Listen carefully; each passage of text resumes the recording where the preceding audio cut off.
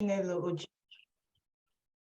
And today I'll be discussing or sharing my experience, being awarded the Hauser Global Scholarship at NYU.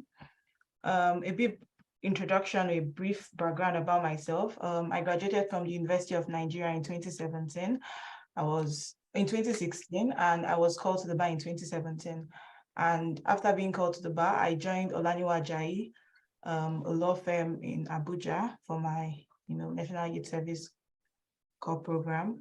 Subsequently, I was retained. So I worked in Chinelo Ojike up until 2019, when I joined NSIA. NSIA is the Nigerian Sovereign Investment Authority. I was seconded to NSIA as an in-house counsel, legal consultant. Sorry, is that noise interrupting? My Outlook keeps beeping because I keep receiving emails. Is it okay? No, it's not. So I worked in NSIA for about 2 years before I applied for my master's program, my LLM program in NYU. And luckily, I got the Hauser Global Scholarship. It's a fully funded scholarship that takes care of your tuition and living expenses for 1 year. Before I, dive into, what you need to know before you, apply for the scholarship, I want to share and, to encourage everyone. I started applying to do my master's in 2016, right from when I left UNM. I applied in 2016, I applied into Cambridge and I applied it to Harvard. I got into Cambridge, but I didn't get into Harvard. And I didn't have funding, so I couldn't go to Cambridge. In 2018, again, when I was in law school, I did another round of application. I got into Cambridge and NYU, but I didn't get into Harvard. NYU gave me $35,000 scholarship then, and they couldn't increase it. So I told them, that I couldn't afford it, so I didn't go ahead. So I still did not go in 2018. And finally, I applied again in 2020 for the 2021-2022 session. And finally, that was when I got the scholarship. I'm sharing this so that people understand that it might not always be, you might not always get the scholarship the first time you apply, but it's something I encourage everyone to, keep doing, keep pushing, you don't give up, right? So people always tell you, the success stories, but you don't hear the background stories. So I thought it's important to share that, to understand that, this was my journey. For other people, they apply once they get it. For other people, you keep, pushing. Now, for the application to NYU and for the Hauser Scholarship, the first thing you need to do is to look at the website. Almost everything you need to know is written there. The second thing you need to know is that you're competing with, so every year, Hauser awards 10 scholarships, 10 fully funded scholarships to people all over the world. So you're competing with students from all over the world. If you check the profile of the past Hauser scholars, you would always see that, there's always a Nigerian, or at least in the past 3 or 4 years, there's always been a Hauser scholar from Nigeria. So that shows you that the likelihood of you getting the Hauser scholarship, because I think it's basically by continent. So they go to each continent and they pick 1 or 2 people. So in my set, it was me and some other person from Kenya. So you know that at least in Nigeria, they're going to pick one scholar every year. This is important because I always tell people you need to be strategic when you're making your applications. You need to apply to schools that you know, or you have a good chance of getting a scholarship. For the application package, and please feel free to interrupt and ask me questions at any time. For the application package, of course, you heard that your CV has to be outstanding. You're competing with people from all over the world. Here are a few things I think you might want to highlight. Your work experience is very important. You need to show that, okay, this is what you've done, before coming to NYU, or before, you come to do your master's program. This is what you've been doing in Nigeria. For people, I don't know, the makeup of people on this session, but if you're still in school, it's important for you to start, getting internship opportunities. When you get these internship opportunities, it's easier for you to, go back to these firms or to these organizations and, it basically gets you, to the door, right? Because you've worked with them, you've interned with them, even if it's for free, you've interned with them so that when you graduate, they can actually hire you. It's also important. I know that not everybody is going to, get into the top law firms, but I feel like getting into top law firms, it improves your chances because these top law firms are firms that are recognized internationally. So most of these top law firms, the top 5 law firms in Nigeria, they always work as local counsel to these international law firms. So when you're coming, after your master's program and you're actually looking for a job, there's this name recognition that you have, that you're coming from, you worked in Olaniwadi, you worked in Banwo, you worked in Aluko, or you worked in any of those big law firms. It helps. So your work experience is very important. Very important. In my case, I think what really helped me was the fact that I worked in the Sovereign Wealth Fund. It added some kind of, flavor to my application because sovereign wealth funds are, a thing here. So be strategic about the places you want to work in and the experiences you want to highlight. There's something they do here that is not very common in Nigeria. They call it judicial clerkship. If you look at the profile of the past scholars or most of scholarship awardees, you see like the foreign ones, you would always see that they did this judicial clerkship with so and so judge. I didn't know that, or I didn't have the opportunity. But I'm saying to you, if you're on this call and you have the opportunity to intern with a judge, whether it's a high court judge, appeal court judge, federal, any court, really, if there's any judge you can intern with, that will boost your application chances because clerkship is something that is recognized and is a big deal over here. So if you have the opportunity to work with any judge, research assistant to the judge, whatever it is, but it will help your application. If you've had awards from school, that is also very important. You want to highlight it. I once reviewed a CV of someone. He had too many awards. You also need to understand that people are going to be looking at hundreds of applications, so they do not have time to, you just want to highlight the most important ones. You don't want to bore your reader with, all the awards you've ever, gotten in school. You just want to highlight the most important ones, right? Sell yourself. People say this all the time. In Nigeria, I used to think, oh my God, you're not humble, it's not going to work. You need to speak, you need to talk, you need to show yourself, you need to actually sell yourself. Nobody's going to do it for you. Now, for the personal statement, I think the most important part of the statement, personal statement, is to tell a story. You need to tell a story that your reader can connect to. I know it sounds cliche. What kind of story? Like everybody says, tell a story. But I think for me, the most important thing is telling a story that connects. This is what I've been doing. Okay, growing up, this is what I liked, right? I got into school, this is what I did. You can give instances of what you did in school. After school, I went to work in a law firm and this is what I did, or in an organization or wherever it is. I'm personalizing this story sort of, but feel free to, relate it to your peculiar realities. And then after this is what I'm planning to do in future. All those things must connect. I will give you an example. In my statement, I told a story about how growing up, I wanted to be a lawyer because of whatever reason. I went into school. I loved corporate law. After school, I had the opportunity to work in Olaniwadi, and I was part of the power and infrastructure team. And that exposed me to, the electricity and, power regulation in Nigeria. And I told it, so people talk about, okay, how do I say this? I'm not a fan of pity party. Those stories that start with, oh, we did not have lights, we did not vote this one. I'm not a fan of it. But if you can pick an example, right, that relates, that connects to the story you've told, that helps. So for instance, in my case, I was trying to build a story or to tell a story of how I'm passionate about the electricity industry in Nigeria, because I believe that power is pivotal for economic growth. And I told the story of how my elder brother, actually, it was a domestic accident that happened at home, but it happened because there was no light at home, right? So such things, you can highlight such things. There was a story about a girl that was trending on social media then, on Twitter, a school girl that just finished from school and there was no light at home. And she had to go to an ATM gallery to use the light from the ATM gallery to do her assignments.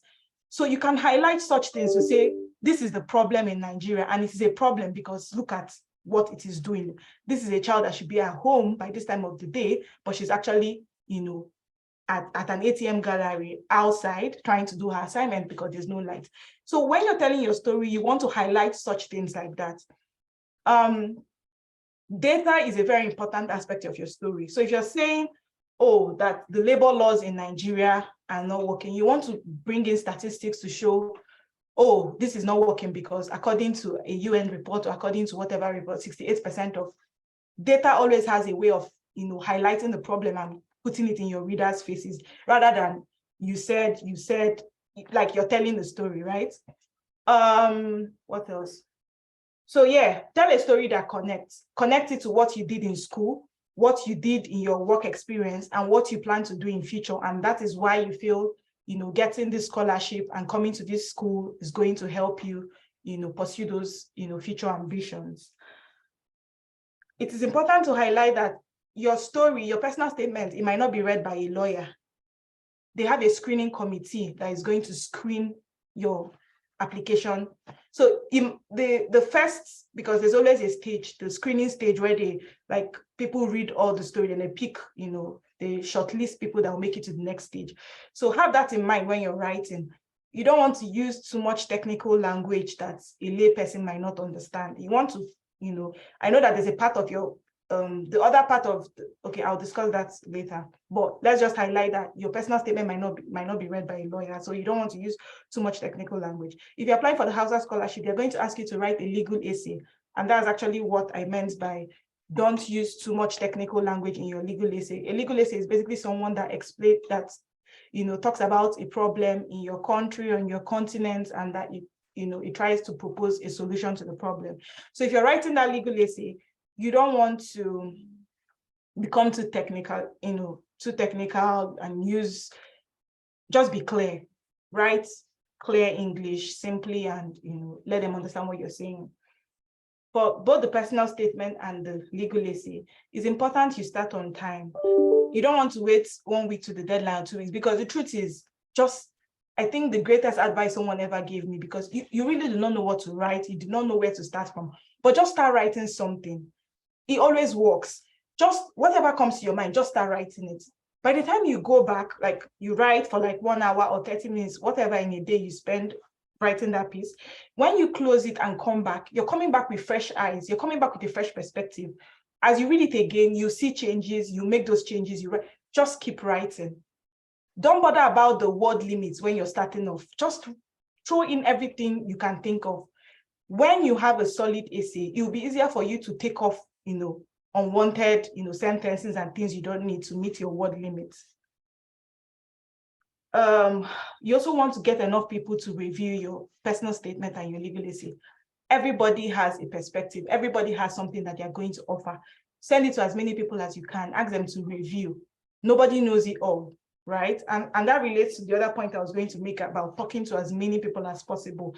Anybody that has worked this part, you really want to talk to them to get their perspective, because what worked for A might not work for B. But by the time you listen to A, B, C, and D, you might pick a common thread in all their stories that you would apply and see, okay, this is what you're going to do. Finally, be strategic. Okay, sorry, your recommendations. I often get this question about, oh, which recommender should I use? Should I use somebody that is a senior advocate? Should I use somebody that is a professor? Should I use... Titles don't really work for these people over here, the way it works in Nigeria. The most important thing is that you use a recommender that knows you well and that is able to write a good recommendation letter. A few months ago, I stumbled across the first recommendation letter that they wrote for me in 2016, and I just shook my head. You need to use someone that, so for instance, if you're using a lecturer in your school, a lecturer that taught you, maybe, of course, you want to use a course that you got an A in, or maybe a lecturer that taught you evidence. You want a lecturer that is able to say, oh, that, Osita is always prepared for classes, he comes to classes, oh, Chinelo was always very diligent in her studies, and she, so you need, the person can't just write a bland statement. Well, you might not see the statement, but it's important to use somebody that that can give such examples. If you use somebody that is just a senior advocate, you do not even work in the person's chambers, nothing like this, the person can't tell a story. Do you understand? But yes, he's a senior advocate. I know someone that used a very notable person that attended Harvard as a recommender. Till today, the person hasn't gotten that admission. Do you understand? And it's not, so you can't just say, oh, this person is notable, like a very high profile Nigerian, but the person wrote the recommendation and the student didn't get admission. So you need to use someone that knows you personally, someone you've worked with, and someone that can tease out things from. So for instance, I think one of my application cycles, I used my, what's it called? That project you do in school, my supervisor, right? So she was able to say, oh, when I supervised Chinelo, or she'll be able to say, when I supervised Chinelo, she did X, Y, Z. So you want to use someone that has something that they can actually say about you. So titles are important, yes, but what is more important is that the person is able to write a strong recommendation letter. It's important to highlight at this point that if you're applying to Harvard or some other schools, they will ask you to rank. If a recommender is recommending more than 2 students or more than 1 person, they will ask you to rank, the students, and you don't want that. So make sure your recommender is not recommending other people in the application cycle so that you don't fall into that category of them trying to rank you. I've already mentioned how you need to be strategic. And then in terms of career prospects, I mean, you hear that it's difficult, but it's doable, right? Most people I know that came to the US for their LLM program, they end up getting jobs in law firms. I think that is what is most common. I also know people that got in-house counsel roles and other people doing other things in their fields of endeavor.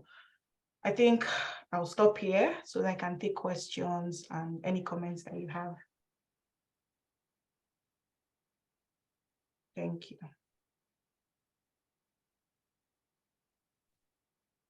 Thank you so much, Chinelo. I still think some people are trying to figure out how to join the meeting, so I've just really been replying to the messages on the chat. But please, those that are currently on the meeting, like I said earlier, when some people that are not lawyers were asking whether the session is for them, I feel that all scholarships have like very similar things in common. They're usually looking out for exceptional people, and they're also looking for you to be able to tell your story in a way that relates with like the scholarships, funding priorities, and things like that.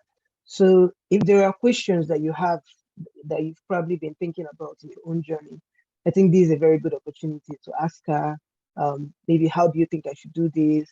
If I even have someone that I want to give me the recommendation, since you're saying is maybe more about how well the person knows you. So how exactly does the person structure it? So maybe that's my own question on behalf of them, but I'm sure other people will bring their own questions. So is there like a special type of format and some kind of things that would be expected to be in that kind of recommendation letter? So that would just be my own question.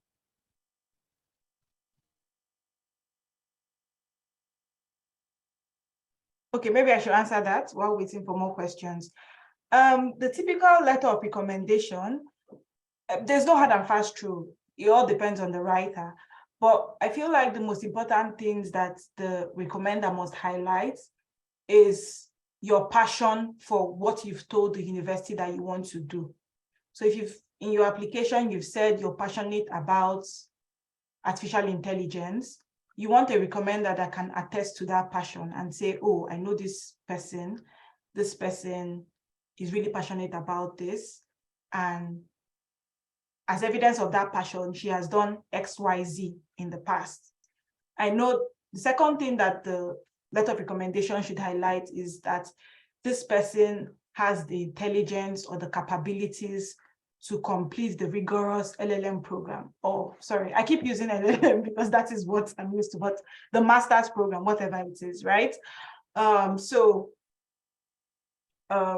You want someone that is able to say, oh, this person is intelligent enough, the person has the capabilities, and I think that the person can, complete the program. And like I said, those examples are important. You can't just keep writing a blank statement. There must always be, for instance, in 2021, Chinelo did XYZ, right? And you must season those things. You can't just keep writing, Chinelo is an intelligent student, she can do this, she's passionate about this. You must exemplify that passion by showing this is what she has done. In this year, this is what she did. I supervised her in this, or I worked with her. Because most times they will ask you for, one academic recommender and one recommender from somewhere you've worked in, an employer or something.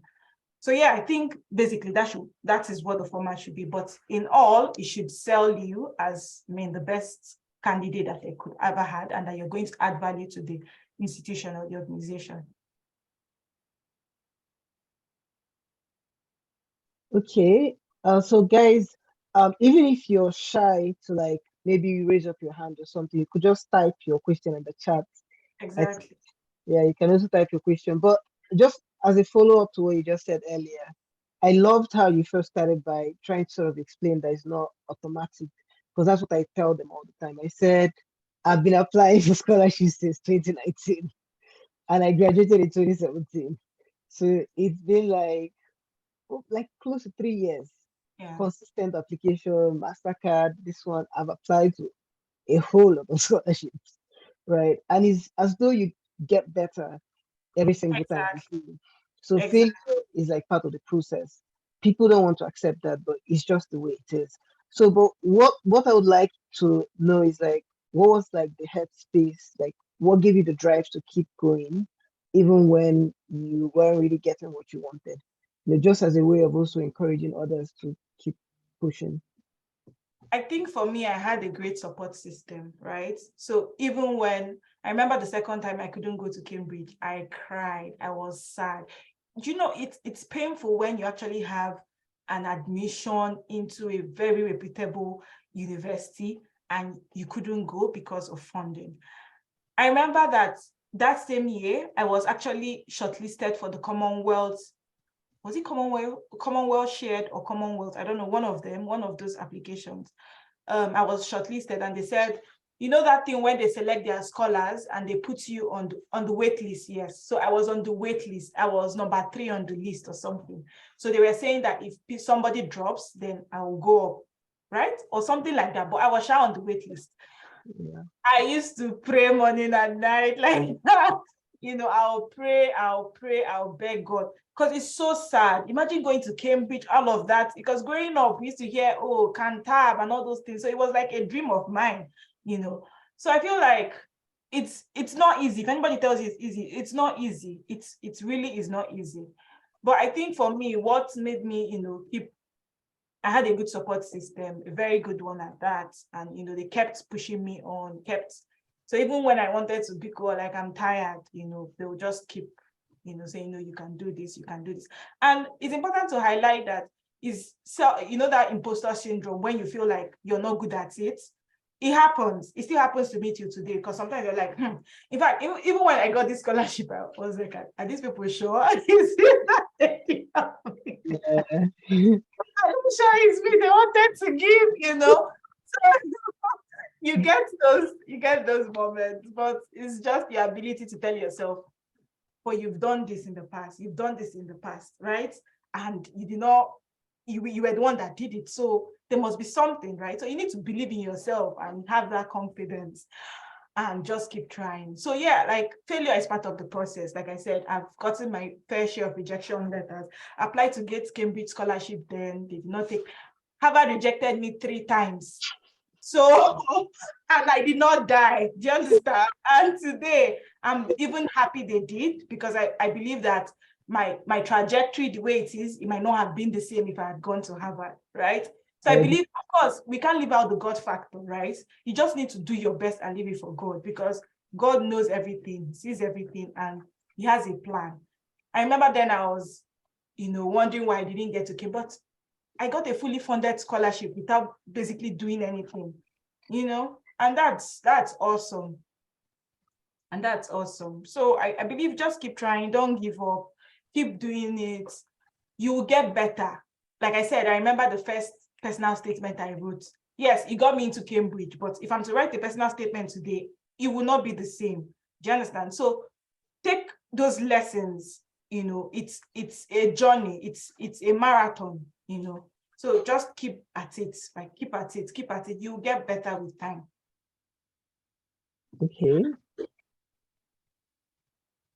So yeah, important to speak to people in your network and people outside your network. Talk to many people as you can. Everybody has a story, every single person has a story. So talk to them, get their perspectives, all those things. Like I said, by the time you speak to like 10 different people, you will see a common thread that is, common to each of them. And then you can take that. So talk to anybody, talk to everybody. They are all, important. I agree. Okay, somebody has posted a question. Okay, what is your advice to a person who is considering between pursuing a master's abroad and teaching NYSC? Do you have any particular advice? Okay, so I would answer this question in two ways. I think I spoke about work experience when I started talking, but I don't know if I emphasized on it.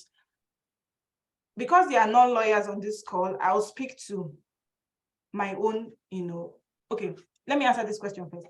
So teaching NYSC depends on you. It depends on if you have plans of returning to Nigeria. For me, after the Kemi Adeosun saga, I knew that I wanted to just have my NYSC just in case. You never can tell. Tomorrow, I don't want them to nominate me as minister, and it's now be that I did not have certificates of NYSC. You understand? So it all depends on you. If you think, man, you don't need it, you're not coming back to Nigeria for anything, then that's you. You don't think you're going to need it for anything in Nigeria, then that's you. But if you want to, and you think, because work experience is important, that your NYSC program, like I said, I got into Olanyo Ajayi because I started there as an NYSC, as a core member. Do you understand? So work experience is important, especially for lawyers. Let me talk to lawyers. When you come abroad and you finish your master's program and you want to get a job, you're competing with their own JD students. That is people that did LLB, people that did the same law program you did in Nigeria, and they'll prefer their own candidates. They'll prefer their own students because they are used to their own legal system. LLM students that come here, we need to go and read their civil law, civil procedure, evidence, constitutional law. We need to read it all afresh, right? Before we can take their bar exam and qualify. So they would always prefer their students to us. So your selling point as an international student is that, oh, you have work experience already that these JD students do not have. So that's why I feel like work experience is important. In fact, one of these universities, I don't know if it's Harvard or NYU, one of those universities, they'll tell you that the percentage of people that get into their program, people that have at least 2 to 3 years work experience have the highest, rate or something like that. So work experience is important because even when you come for the program, they want you, because here, the way they teach is a conversation. They want you to be able to tell them, oh, this is what I did, and you're able to relate better. Just like I was saying, I'm even happy that I came to my master's at the point I did. If I came to my master's in 2016, fresh out of UNN, I don't think I would have appreciated the value of gained as much as I did, because now I have experience. When they're talking about, for instance, I'm in the project finance space. When they're talking about project finance, I can relate. I can say, oh, okay, this is what, but if you're just out of school, it's basically just the same thing. You don't have any practical experience and you might not get as much out of the program. So I hope I've answered the NYSC thing. It really depends on you. If you think you don't need it, that's fine.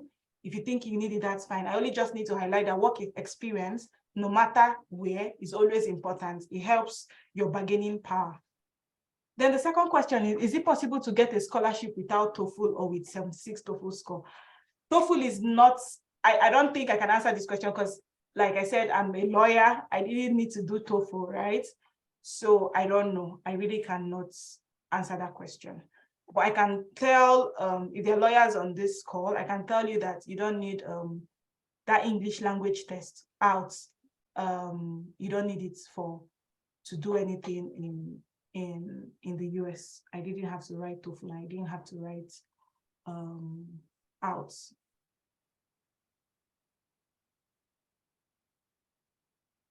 And there's another test. Is it GRE? No, there's another test, but it doesn't apply to me, so I don't know about it.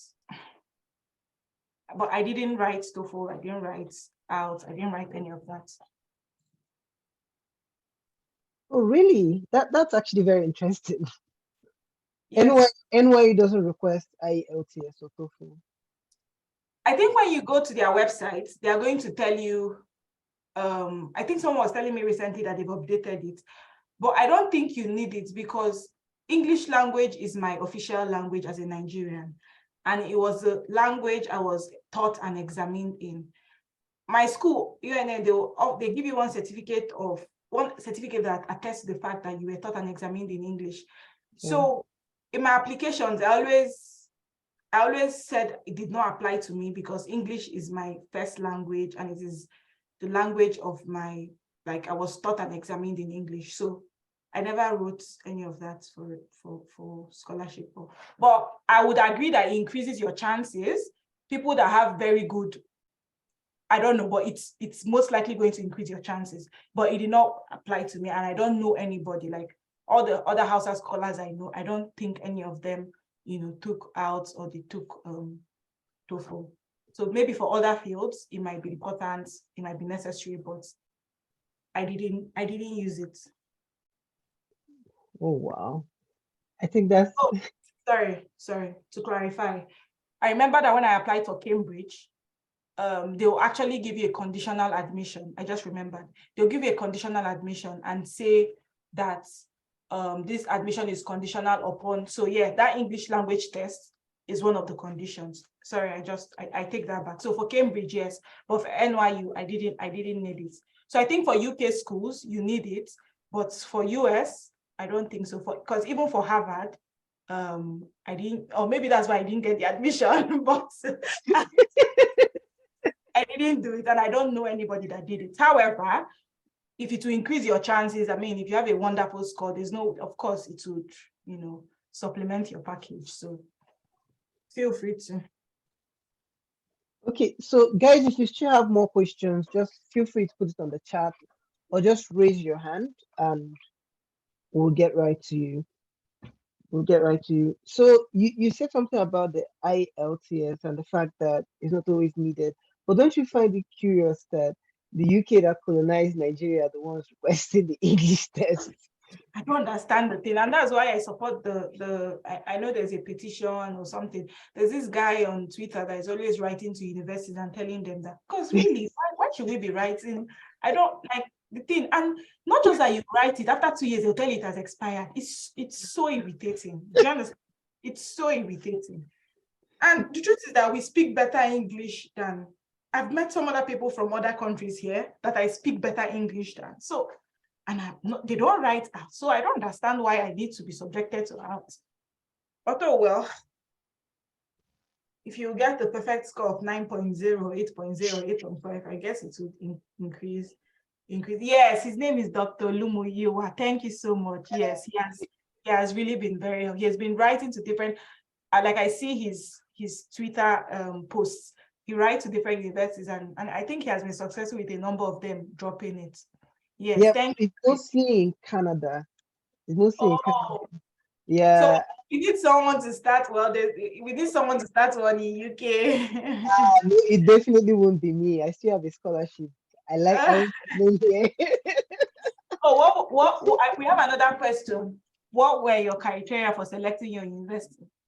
I basically, so you need to be strategic. For me, I wanted to stay back in the US after my program.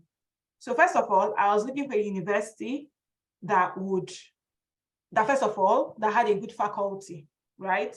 I also knew that I was coming from Nigeria, so I needed a boost on my CV. So I wanted a reputable university, right? Thirdly, I loved NYU because they were they have this Office of Career Services for international students, and they are devoted. They basically, you send them your CV, they review it, they help you with applying for jobs. If you have a job interview, they'll conduct an interview, like an interview prep for you before the real interview. Most importantly, they give funding. So that's what I'm saying. when you're looking at the universities that you want to apply to, you want to look at universities that give, you don't want to go apply to, except you have the money, right? But you don't want to apply to universities that maybe they've only awarded one they only award one fully funded scholarship in an entire session. Your chances of getting that scholarship is lower than, for instance, NYU. NYU has the Hauser Scholarship, which is awarded to 10 people. It has the Vanderbilt Scholarship. The Vanderbilt Scholarship it pays for just your tuition, which is about $70,000, and that's a lot of money, right? So at least and then NYU as well, apart from Vanderbilt and Hauser, I told you the first time I applied, I got $35,000. So they are giving you something, as opposed to UK. I think I once got into Queen Mary, and they did not even give me £1,000, right? Even Cambridge that I got into 2 times, £1,000 they didn't give me. Do you understand? So I feel like US schools are more generous with funding, and I think they have, endowment funds, as opposed to UK schools. We have another question. How does one get to find out when the window for application is open in these schools? It's always on their websites. If you go to their websites, all the dates are written. You know when the applications open, and you know the deadline. It's always on the website of the school. And so you want to start ahead of time. I know that applications will close November, I think November 15th for US schools this year. I know it's open now. I think it closed. It depends. Don't take my word for it, but usually sometime in November. Hi, Tommy, your hand is up. You can go ahead and ask the question.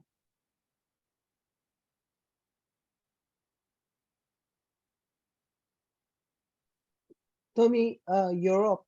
You raised your hand. Are we sure he knows how to use the Zoom application? I'm not You so can you can type your question in the chat. okay. So I actually agree with you that the US has more scholarship options than the UK. I actually agree. The UK is using their education as a way of, as a large revenue making source for their country. Yeah. So it just sort of justifies why. And then the US is really, they have some sort of ideology about trying to bring in the best talent, figure out how to grow the American dream. So it sort of also results in the way they go about their practices. Some of the best scholarships I've seen are all from the US. Scholarships like the Knight Hennessy, paying for someone's fully funded MBAs and stuff like that. It's really crazy. They're quite interesting. Even the Chevening Scholarship in the UK doesn't pay for your MBA completely. Oh, really? It doesn't. It doesn't. But it requires you to go back to your home country, right? After, yeah, it does. Yeah, it does. Oh, I even forgot. I also applied to Chevening. I've suffered in this life. Oh. I also applied to Chevening and they rejected me. So yeah, so I've been around the block. I've been around the block. I've applied to a lot of things in my life. Like you were saying something about the God factor, that if maybe you have gotten some of the other scholarships you're applying for, you won't like end up in this trajectory. Yeah. I sort of felt that resonates a lot, because I personally told God that I have several startups I'm working on in Nigeria, because after studying law, I sort of switched to tech. I don't even remember I'm a lawyer most days. I really don't. So I'm like, I want to come back to Nigeria. I have like things that are there that I have to work on. And then that was even long before Peter Obi even decided to run for the election and all of that. So, but yeah, I'm looking forward to going back to contribute. We all are. Honestly, like you mentioned, P2B is some sort of, okay, well, this is not a political space, but yeah, I feel the hope. I feel what you're saying. And honestly, if he's the kind of person we want, and if he wins, we'll all be happy to go back. Yeah. Well, looking forward to the best. Yeah. So guys, do we have more questions on the chat? Let me check real quick. Okay. What haven't they covered? Okay, so while they're finding the courage to type their questions, I just have one real quick. Because I tell people a lot of the times that you can actually go for a full tuition scholarship depending on the plans that you have. Because a lot of people that leave probably don't want to come back, surely because of the state of the country, the currency in Nigeria, and a lot of other African countries really is quite bad. So what would you say, maybe someone that is looking to travel to the US, for example, because you've actually lived there and you actually did your master's there, even though you were on a scholarship, you probably had friends that weren't on a scholarship, right? So what what's the experience like for those that probably traveled without scholarships, that maybe got some part tuition? You know, what's the struggle like? Were they able to meet up with their tuition commitments? Were they able to find small jobs? Like, what does that look like? You know, just for those people that apply and just get a part scholarship support as opposed to full, how do they manage themselves in the US? It is difficult. It is very difficult. It is not it is not a walk in the park. So first of all, I know that universities have this payments plan, something like that, where you can, pay per session or something. And I know that sometimes they hold back your certificate. So even if you graduate and you haven't paid your full, tuition, they can hold your certificate as a lien. I know people that came here and they started. I don't have a lot of people in my circle that didn't have some sort of. I didn't have a lot of that, but I know that some people had to resort to. So, for instance, you can get RA jobs, research assistant jobs, and it would help you. Here is like $15 per hour or something like that. So if you're able to get that, you're able to make some money out of it. As an F1 student, I think you're limited to working within the campus. So you cannot really work outside the campus legally. People do under the table jobs, I don't know, but I know that legally as an F1 student, you're only allowed to do 20 hours a week and it has to be on campus. So those are the kind of things you can do. It's also important that, so for instance, I mentioned that when I had $35,000, I couldn't come because I couldn't afford it. Tuition is $70,000. Living expenses is $30,000. That's $100,000. And with the exchange rate now, that's over 70 million naira, right? Good.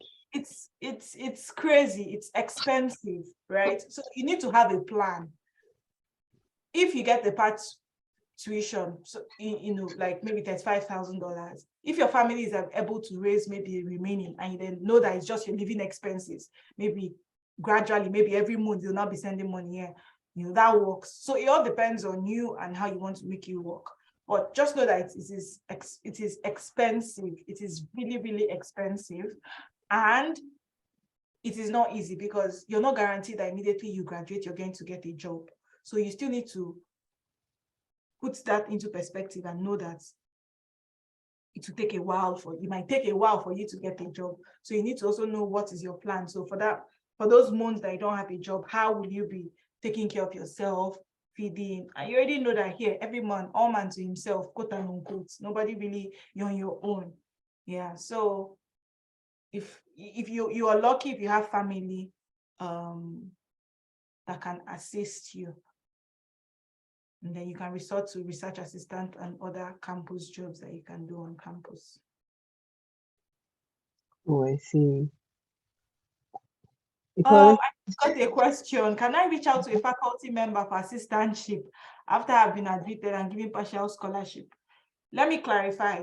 Are you reaching out to them to help you personally? Are you reaching out to them for the organization to help you? So for instance, you get $35,000 from a school and you're reaching out to them to say $35,000 is not enough and please, can they increase your award? That is acceptable. When I got the Hauser Scholarship in 2018, they gave me $35,000. I actually wrote back to tell them, thank you so much, but honestly, this will not be enough for me to come to NYU. Can you increase this award? And they got back to me and said, no, that's all they can do. And I told them, okay, no problem. Thank you very much. That's fine. But if you're reaching out to them in their personal capacity to help you, Please, that is not acceptable. And that can even constitute harassment. I know someone that actually sends an email to some ex-student. He was not even a faculty member. Just like maybe how I went to NYU, then you get into NYU, then you email me because I'm alumni, you will see my email address on their portal. So you email me to ask for assistantship. The person reported to the faculty, to the school, right? You know, white people, they take things we are not everybody, like I said, all man to himself. Do you understand? That the person actually wrote to the school and said, someone emailed me. And I wouldn't say the name of the university, but someone emailed me asking for, and I don't like that. The school actually wrote to that student and told the person to write to that person you emailed and apologize and withdraw, that email. So that is not acceptable, and please don't do it. Okay, would you, apart from the assistantship you talked about and the other small jobs that people can do in school, would you say that even after the person eventually graduates, okay, what I even wanted to ask is that students that are like postgraduate students, Okay, sorry. The person just clarified that he meant reaching out for RA or TA positions. Okay, okay. So this is after you've been admitted and given partial funding, but before you've started.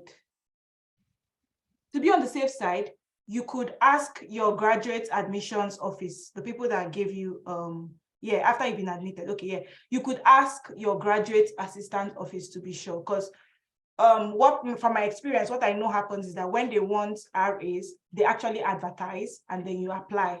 So I don't know if you can just email them because you don't know if they are looking for RAs at that point. But if they advertise and you apply, that's fine. But whether you can just email them before resuming, it's best to, confirm with your graduate admissions office. And one thing I need to tell everybody, don't be shy. These people, all those things that we used to do, oh, we are shy, hey, it will not be like anything. Ask your questions. Do you understand? Ask every question that you can think of. They love it when you ask questions. You need to speak up. Don't shy away. Don't feel bad. Don't feel, hey, they will be like, I don't have money. They too, they don't have money. Everybody's hustling. Do you understand? So ask your questions. Don't be shy. Don't make anybody make you feel like smaller than you think you are and all of that. So always ask. If you're not sure, send an email. Oh, I wanted to clarify this, that. It's better to err on the side of surplusage than that you did not ask and you did the wrong thing. Okay. So the question I was going to ask is whether there are like loans available to postgraduate students that are international students, not like citizens of the US. So that maybe even if you got part tuition scholarship, maybe you could use a loan, pay off the rest, and now focus on studying and maybe pay off the loan after you're done with studies. Yeah, I think there are. I think I know some institutions. I know, for instance, people tell me that Harvard, if you get into Harvard, they'll give you a grant and they'll give you a loan. So I think there are people that have such things. I also think in NYU, you can get that. But I think for international students, there's a cap that they can't give you above a certain sum, right? And then there's interest. You need to pay interest on that loan. So you also need to consider but I think there are such programs. Okay. Well, I'm just really asking because I know that it's not everyone that can get a fully funded scholarship. So even if someone were to just get like some part tuition, how do they manage like trying to survive in the US? So there's that loan option. But honestly, I'll tell you guys, just do your research. Look at all the schools. Go to their web. You see the people that offer scholarships. See what they need. Look at their past scholars. See what they have in common. Oh, 30 people got this scholarship. Let me look at their profiles. What do they have in common? You see what they have in common, and you're able to say, oh, do I have this? Oh, I need to sell myself. Oh, community. Oh, these people always volunteer. So it looks like these people like people that volunteer. Okay, is there any volunteer thing I can go and do to, improve my chances? It looks like these people like people that have plenty awards. If I'm in school, is there something I can do to win awards? So you need to plan yourself. Do you understand? And do a lot of research. Most of this thing is you need to research. Look for schools that you don't want to go to a school that they don't give funding. Go to schools. There are a lot of schools that give funding. So look out for those schools and apply to those schools. Yeah, I completely agree with that. I do. So we just have like two questions on the chat real quick, then we can wrap it up. I think there was one by Josephine earlier before the guy that was asking about the Okay. teaching assistant roles. Okay, Justin says, how does one deal with the I'm not good enough feeling that keeps you from applying? In other words, do you think that in Nigeria? Yes, I think I already mentioned this before, that I had imposter syndrome and I always felt like, hey, are you sure I can do this thing? Oh God, all those kind of things. And that's why I said your support system is very important. People in your corner, people that tell you, oh, you can do this, just keep doing it. And that's why I said, so you are good enough. You just need to sell yourself. And in selling yourself, you need people. So when you write a statement, you need people around you to look at it, review it, and tell you, oh, this is what I think, you should highlight this. Sometimes we have enough to sell ourselves, but we don't know how to package it, because you need to package yourself because you're competing with the best people in the world. So you did something. I think, I can't remember, but someone once gave me this advice. I used to do community aid as a corporate. There's something we used to do, community aid service, CDS, community development service, sorry. And we used to go to IDP camps, right? And, volunteer and do stuff for them. That is experience. That is experience that should be on your CV. You're not waiting till, oh, you're the one that innovated the camp for them before you'd put it on your CV. So I think you must do this reflection. Look at your life, look at what you've done, And in my CV, I remember having legal aid CDS program, So you need to look inwards. What have I done? What did I do? Did you help? Did you provide aid to an NGO? What exactly did you do? Okay, were you helping your lecturer in school compile maybe names of something? Like you just find those things, because the truth is that we have it, but it's just how we are going to put it into our CV that we don't know. Do you understand? I had a question from someone that told me, oh, that he got a pass in Nigerian law school, and should he put it in his CV? And I said, well, you don't need to put pass in your CV, because first of all, you need to sell yourself. They're going to get your transcript. So on that CV, you don't want to put pass. You can say qualified to practice as a solicitor in Nigeria, because you're qualified to practice as a solicitor in Nigeria. But when you start putting pass, first of all, the person might not even understand what pass is. That's the truth. The person will just think pass or fail, maybe. Do you understand? But instead of putting 2-2 or putting pass, and you think that will shortchange you, why don't you put qualified to practice as a solicitor in Nigeria? They can refer to your transcript to see whatever grade it is. But that CV, which is the first thing that they look at, sell yourself, package yourself. So the Nigerian education system standard, the truth is, when I came here, I'm like, oh my God. The questions that, so I took classes with some of their JD students, that's their undergrads. Not really, because they already do. So to qualify as a lawyer here, you need to do your first degree, then come back and do law as a second degree. So the people I attended classes were doing law as a second degree. And the kind of questions they were asking, I'm like, oh, wow, these people are really, so yes, Nigerian educational standard, we know how it is. It's not really up there, but I think you can still compete, especially if you've had experience in a particular field. You can still compete. You know those things. It's just like somebody was telling me how in their labs, they don't have the equipment, but they read it in books. At least you even know what it is. You know that, oh, this is what it's supposed to be. It's just that you've never seen it. When you now come here, you see it. Do you understand? So I don't think you should sell your it's not your fault that Nigeria is the way it is. I think you can compete. You just need to package yourself and put up a very good application. So the next question is, between applying to your desired university for admission and seeking funding or scholarship, which one comes first? It depends on you. Which is more important to you? If you get admission into your desired university, do you have money to fund it? If you have money, then of course apply to your desired university. But if you don't have money to fund this, why not apply to the one that will give you scholarship? So it all depends on you, really. Everybody will prefer to go to their desired universities, but when the available is not, or when the desirable is not available. The available becomes the desirable. So, and also, your desired university might be number 1, but there might be other universities number 2 and 3 that you're on your list of desired universities. And if number 3 is going to give you, admission and still give you funding. Why not, explore that option?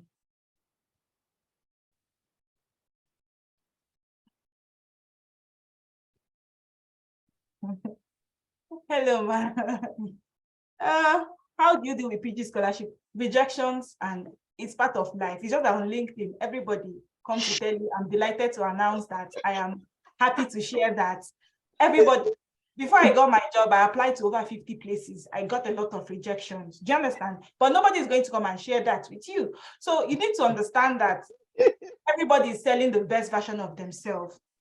Everybody there's somebody that told me something when I was talking about imposter syndrome. He told me everybody's winging it. You walk into a meeting, then as a new associate in my firm, I used to think, oh my God, how are these people so smart? How come they know all these things? I don't know this thing.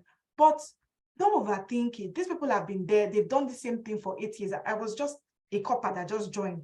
How do you want to compare yourself with a partner? The partner has been doing this for how many years? 10 years, 12 years. You just came fresh out of school, so you can't compete. So, my dear, rejections are normal. You're going to get rejections. You just need to keep pushing.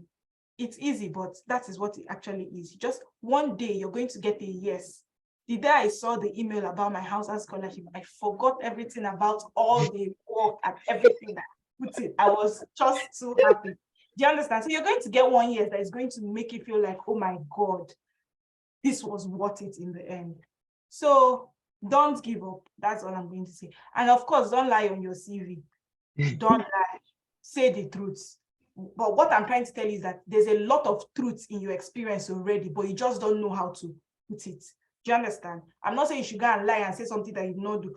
Say things that you've done, but say it in a way that sells yourself, that shows, oh, this is what I did, and this is the value that I am adding. Are there certification courses that could give someone an edge while applying for these scholarships?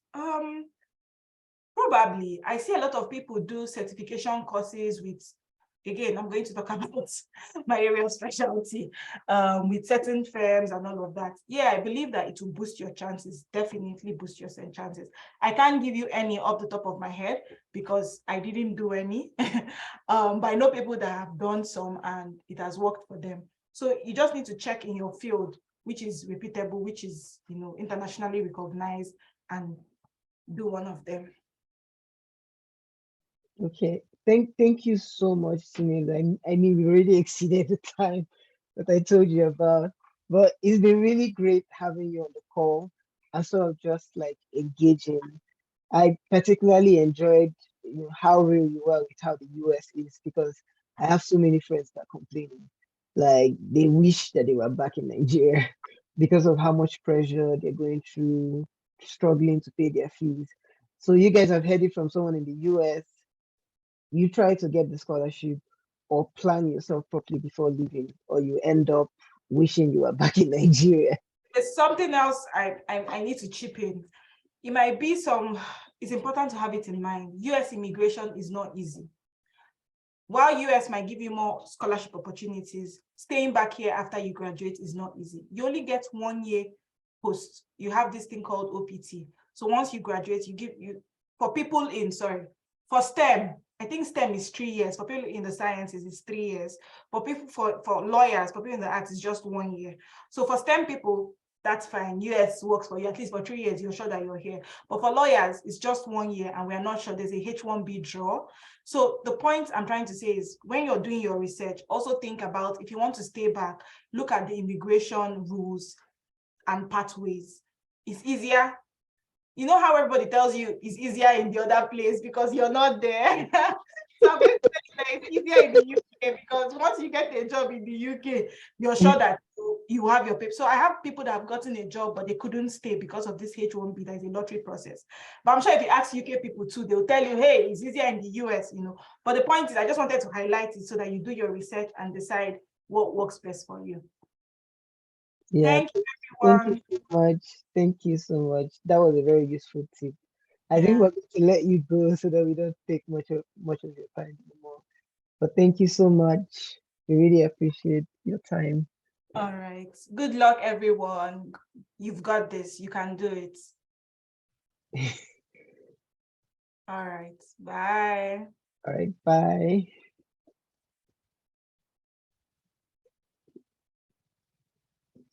So guys, thank you all so much for like being a part of the presentation, and I hope you learned a lot from Chinelo. We're looking forward to organizing the next scholarship hack.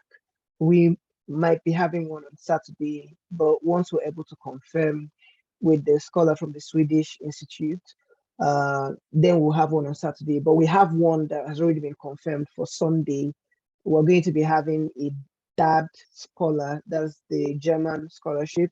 She's also currently a PhD scholar at the Carleton University in Canada. So she'll be coming in to tell us how she won her that scholarship, as well as how she was able to transition into a PhD scholarship in Canada.